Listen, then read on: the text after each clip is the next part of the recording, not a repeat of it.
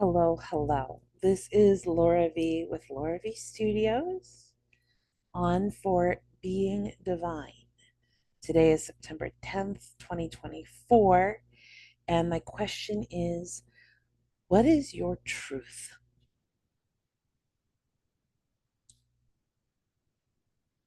I was considering canceling this series um, because I got scared.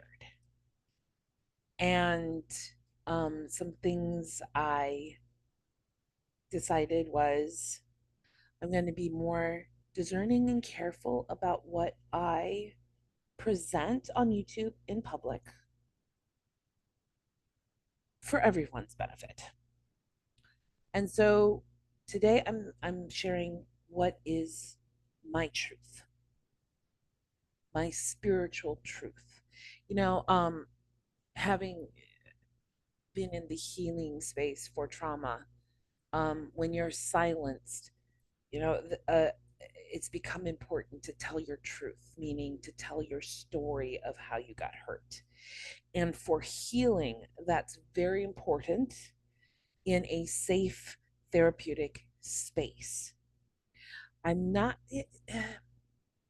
and there are some group spaces like on Facebook where people are telling their truth, and that's very important to them. And it's very important that I support that. But in my spiritual journey and on my healing journey, I have come to understand that my spiritual truth is much more important, and that my human experience is my experience. And my human experience does lead me to my divine truth. But I don't feel it's important to have my human story be my truth. I don't think of it at that way. I think the experience, the lessons I learned from this experience are very helpful in expanding my understanding, my compassion for humanity, um, and in helping me become a bigger, better uh, being and expresser of love. So, what is my truth? That I am a divine being having a human experience. We've all heard that one, but I'm going to go a little farther. I have a few truths that make up my foundation. The first one is God is love, and love is not everything. Love is good, it is benign, it is a healing power. It does not include fear, it does not include hate, it does not include anything. No, love is pure, it is good, it is gentle, it is powerful, it is transformative. Mrs. Eddy says divine love inspires, designates, and leads the way. And there's one more part of that, but those are the important things. Love inspires, love corrects. You know, love shows us when we're not being in line with who we are as children of, as the expression of love's being. So my second truth is I am the expression of God's being. When I define God as Mrs. Eddy teaches in Science and Health, that God is love, God is life, God is truth, God is mind, God is soul, God is spirit, and God is principle. And so the love that I express comes from love. So God is the source, literally the source, the original one, the only one, actually. You know, we see all of these multiple expressions of the one God. So I guess the other one is God is one. God is one being. And everything in our experience in the what we call the multiverse It's all in God and of God. It is his expression in multitude, infinite varieties of ways, because God is infinite. God is all knowing, all powerful, ever present.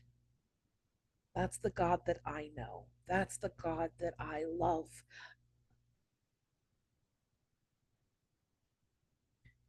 Worship, I think it's deeper than that. Adoration, adore. God is my everything, my all. Yeah, God is the source of my everything. And when I got scared, this was the rock I turned to, that God is my everything, God is my all, and I worked it out from that basis. And I'll explain. There are a couple other truths. Another truth, another that's very true to me, is that God is divine love, and divine love always has met and always will meet every human need. That one has been difficult for me to see, but I'm learning to take a stand. I've kind of let the my outer world, what people say, what people do, what I see around me, I let that sway me into doubting what I know to be true. And I struggled for decades with not being feeling that I needed to prove what is true. That isn't it. We don't have to prove anything. We can't prove anything, actually. We can only know and live from our knowing.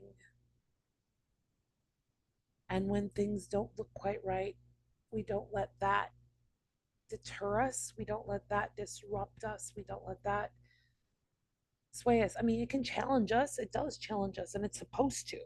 Because the thing I'm learning is we need to be challenged in order to know what is our truth. I realized I am here to know God and to know myself more fully, more deeply.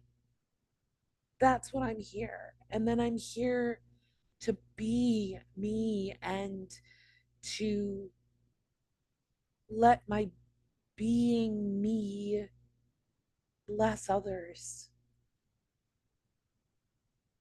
and just to experience God's love. Because, well, the next truth, it's a statement that I found in the Science and Health when I can remember it to this day. I was standing in a room in my church and I opened the book and my eyes hit this statement, and something inside me said, memorize this. This is your truth. I forgot that they said that the voice. I There's a voice and a loving presence that has been guiding me my whole life, has been with me my whole life. And I thought, oh yeah, this is God. I'm one with God. This is God talk to me. And then I thought, well, is this the Christ talk to me? And then I went off and to Never Never Land.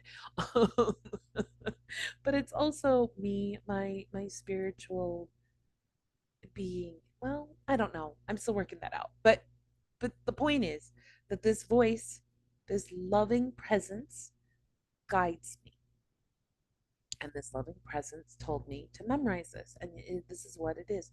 When man is governed by God, the ever present mind that knows, that understands all things, man knows that with God, all things are possible.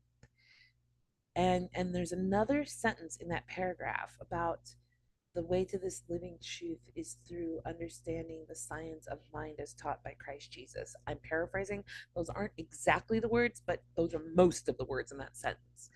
The only way to this living truth is something, understanding the science of mind or studying it or something as taught and demonstrated by Christ Jesus. And and the thing is, this was Mrs. Eddy's truth. Mrs. Eddy Mary Baker Eddy lived that, lived it. Um, her life was hard, hard, but she had to follow her truth. She had this inner impulse that was driving her to heal. Well, first, to know God and to learn how Jesus healed. And once she figured that out, I mean, literally, she figured it out. She studied the Bible for 3 years and figured it out. I'm just like, wow. Um, and she figured it out. And then she went and healed people. And then she was prompted to write a book. And boy, was that a big challenge. She also tried to give talks, and she would be shut down by people. The book almost didn't get made, but it did, and then it almost didn't get sold, but it did because she just knew that people needed this book, and and the book got into people's hands, and other people started to be healed and to heal others with what from this book. And she created a college to teach people how to heal based on this science that she discovered. And it's a science. The church part of Christian Science, she never intended to have built a church. That was not what she was about. She was about teaching this science and practicing it. It was a practice. A it's a practical system based on the teachings of Christ Jesus. That's where the Christianity part comes from. Not it's a Christian religion. No, it is the practice of the teachings of Christ Jesus. Jesus was the Christ. He embodied the Christ. And he taught the science of being. He's the original teacher. And Mrs. Eddy, by studying the King James Version of the Bible, she distilled it and figured out what the heck Jesus was teaching everybody. And she's like, oh my gosh, this is a provable science. And she taught it. Yeah, I'm a big fan. I'm a big fan of Mrs. Eddy. And the reason I'm a big fan of her is because she did the impossible by letting herself be governed by God. And she proved that all things are possible when you're governed by God. She started out homeless. And when she died, she was the richest woman in the world.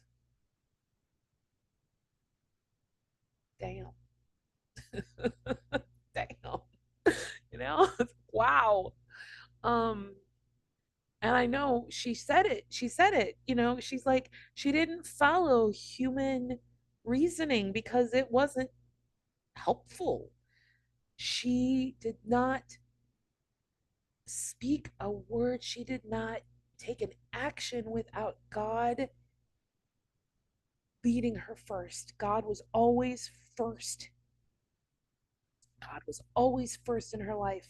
She checked in with God first. We would call it checking in with our inner knowing, our higher self, our intuition, our inner being. She let that guide her, and some of the things she did looked stupid. Like, people told her that's stupid, and she's like, I'm not listening. I'm not listening. I'm doing this. And well, she did it. And then 6 months later, they would look back and they're like, oh my God, that was brilliant. Like, in the moment, it looked stupid.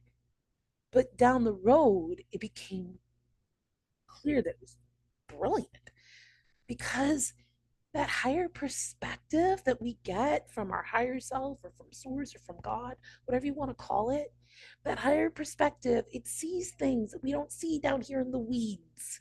We're down here in the weeds. It's a bear. And it's like our navigator is saying, hey, try this. Oh, you want to do that? Try that. We get stuck when we say, tell me what to do. That doesn't work. That doesn't work. Um, but say, hey, I need help. I I need healing. I need guidance around this. I need direction. got it. You'll get it. Yeah. So that's what I learned this morning. I woke up really scared, like really, really scared. And I just turned inward and I'm like, okay, the world looks scary. I feel like I'm going to lose my mind. I'm going to lose me. Help. And love came in. I asked my angels, please help me. And then I thought of a hymn. And then I was led to that statement to remember that statement in Science and Health. And then I realized, okay, this is my rock. This is my truth. This is what's going to keep me sane. This is what's going to help me get through these challenges. It's scary what people are saying. And some of it from real humans, some of it from divine beings that people are channeling, and people are seeing visions, and it's scary. And I'm like, do I need to be afraid? Do I need to worry about this? And the thing I've learned, I'm just being led back to what I knew as a child, but now to come to it from a much more mature place. Like I've lived some life since then, since my 20s. So now it has a more there's a maturity to it, a groundedness to it, but it's the it's good. It's good. And live each moment and hold to your truth. Sing the hymns when you get scared, but hold to the truth that God is here, that I am living my spiritual purpose, and that it's good, and that I am fully supported in this human journey. And whatever challenges come up, I will be provided for. I will be safe. That's what I've learned from the Bible stories. Truly, like, I have made myself familiar with pretty much everything that's written in the Bible from beginning to end, all of it. I've read almost all of it at least once. And what I mean by most all of it, I skipped over the lists of names and the lists of materials. Like, this doesn't tell me anything and it's not helpful to me. Some people have read them and found value in them. I have not. But I've read most everything else, all the books. And, but the things I look at, I hang on to the Abraham story, the Noah story, the Jacob story, um, the Joseph story, Moses story, the story of Ruth, the story of Job. That's an interesting one. Um, David's story and some of his Psalms. I don't think, maybe I haven't read all of his Psalms. Maybe I have. I don't know. The story of Solomon. That's a good story too. The story of Jonah. There's value in that. The story of Shijak, Meshach, and Abednego. Even the story of King Nebuchadnezzar. That's a surprising one. Like, wait a minute, you're not Jewish. And yet I have something to learn from you. Well, even Ruth was not. She was a Moabite. Um, and then of course the story of Jesus and of his teachings. And then I've read Paul's teachings. And yeah, I've those stories have value. And I think the biggest value they have is that they teach you that no matter how messy and messed up life. Oh, Elijah. Oh my God, Elijah. How did I forget Elijah? Elijah and Elisha. Oh my gosh. He was like, I give up. Kill me. I've failed. Because this person slaughtered every other prophet. He's the only one left. And he felt like a total failure. So he sat down. This was in a lesson just a few weeks ago. Sat down in a tree and said, "Kill me. I'm dying. I'm going to sit here and die because I have failed."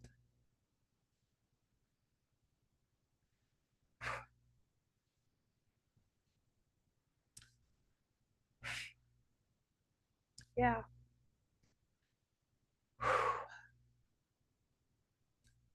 And what happened?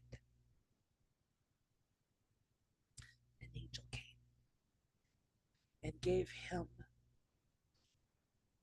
a cake and some water and told him to eat and to drink and to rest. For your journey is going to be long. And so he slept and he woke again to another cake and water. And then he traveled, I don't know, a long way. It might be the 40 days, 40 nights. I'm not sure, but a long, long way to a mountain, I think.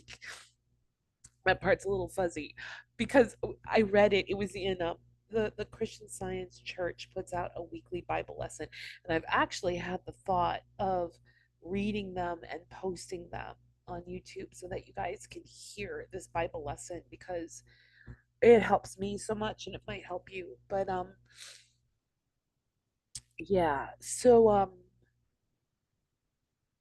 whew, um that Bible lesson, and that's where it ended. That's where it ended in the Bible lesson. So I don't remember what comes after, but I am recalling another piece that I read where he was at this mountaintop and he's like, I have failed. And and God came and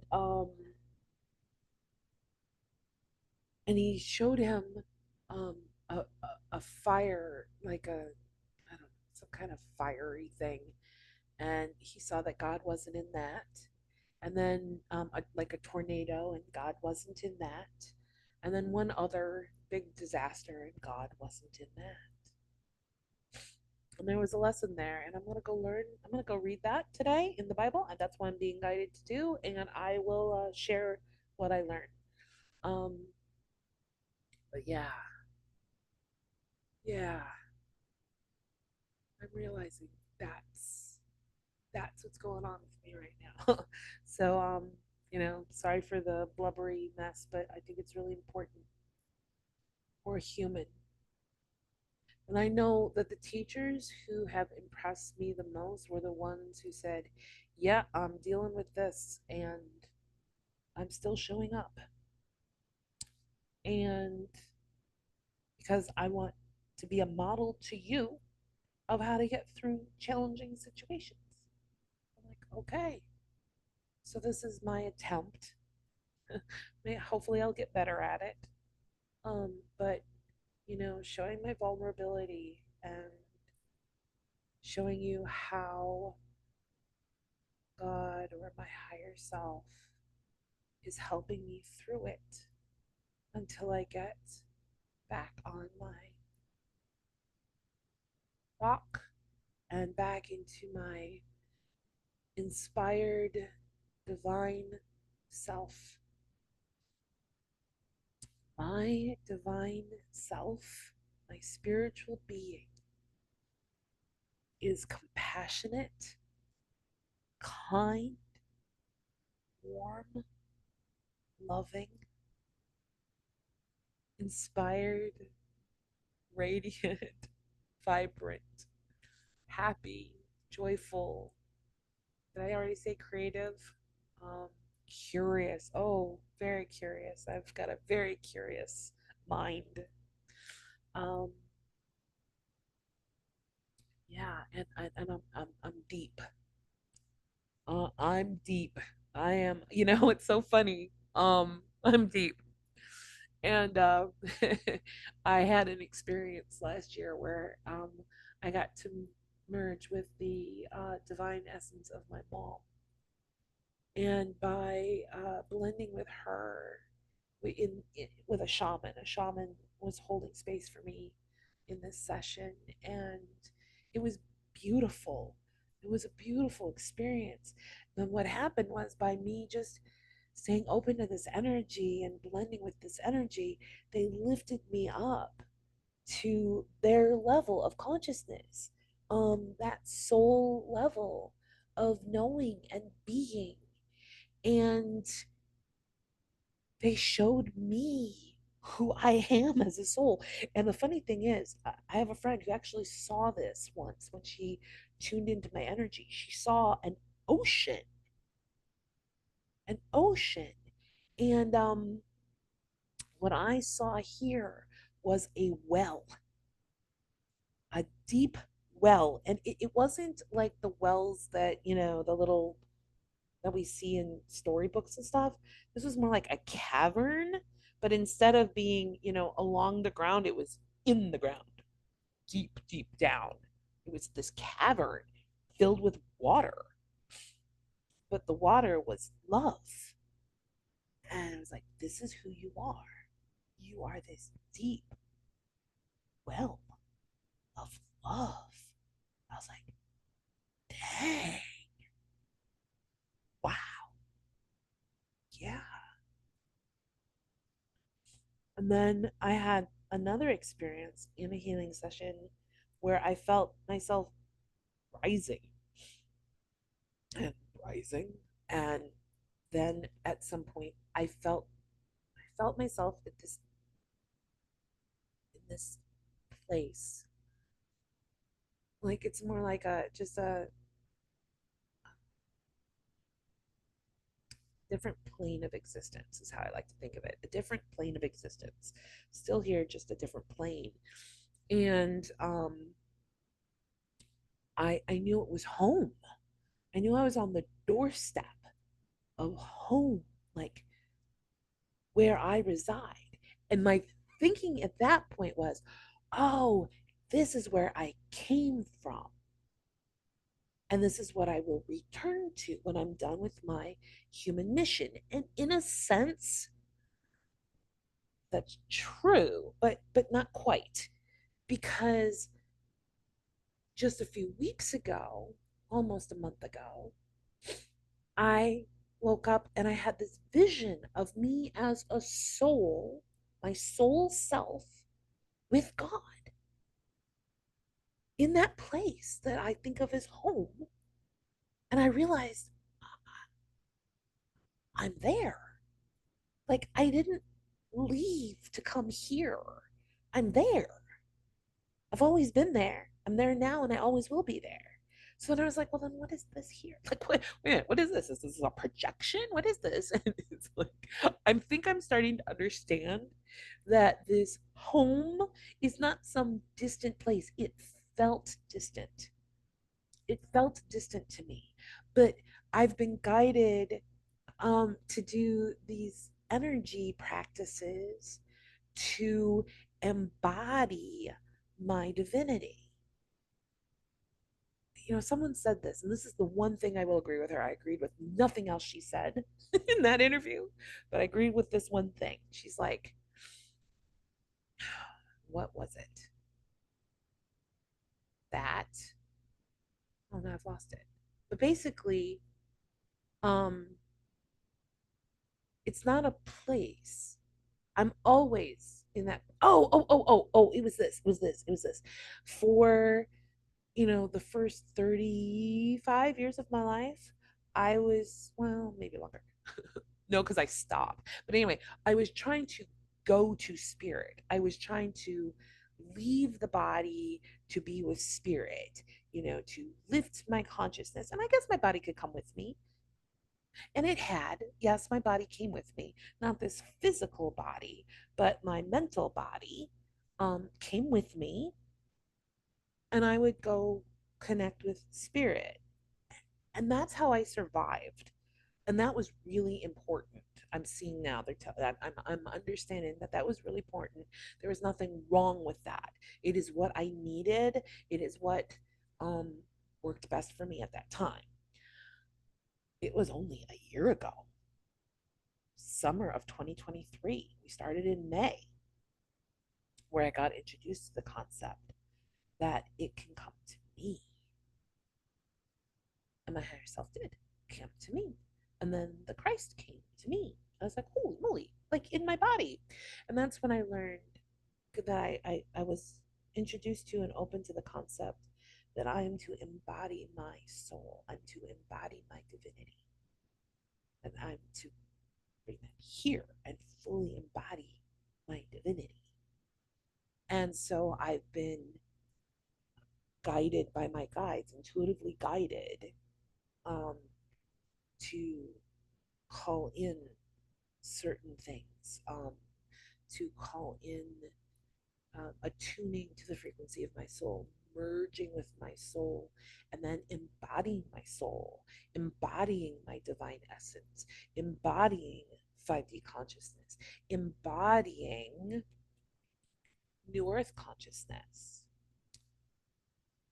And I did that for a while. And so now, you know, my soul feels much closer to me now, and I'm finally starting to grasp this idea that my soul's here with God. Here, it's right here, it's not out there, it's right here. And that is me losing that sense of separation, that separation consciousness, which is what I've been working on. So I'm getting there. That's very exciting. And so that is my sharing for today. Thanks for staying with me. Bye.